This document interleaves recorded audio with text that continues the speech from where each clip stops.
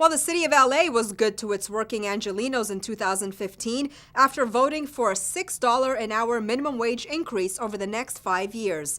Here's Ana Marcos with more on what was often a contentious battle between employees and employers. A march on City Hall and a rallying cry by workers helped mark an historic vote at City Hall this year, as LA council members approved an increase of the minimum wage from $9 to $15 an hour over the next 5 years for LA's poorest working Angelenos. We have a cancer in the city of Los Angeles called poverty, and it is eating and destroying this city. So raising the wage to $15 is the least we can do. It is the very least that we can do.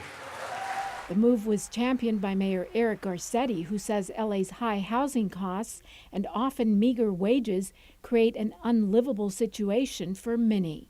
1 out of 4 of us live in poverty.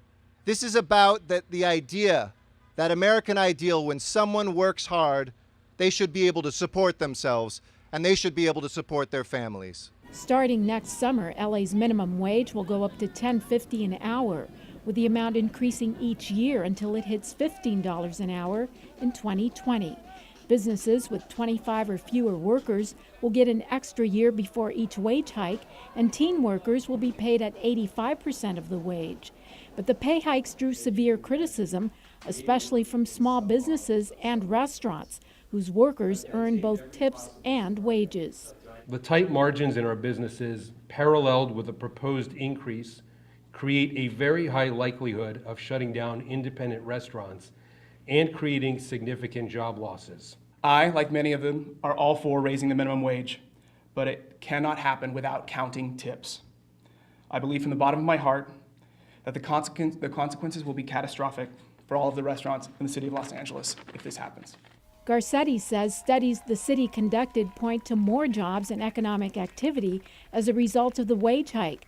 But even council members who voted yes admit they are in uncharted territory. We want to be sure we do the most good and the least harm. We don't want to put a lot of businesses out of business. Now the city of LA becomes the largest big city to vote to give its workers a living wage. I'm Ana Marcos for LA This Week.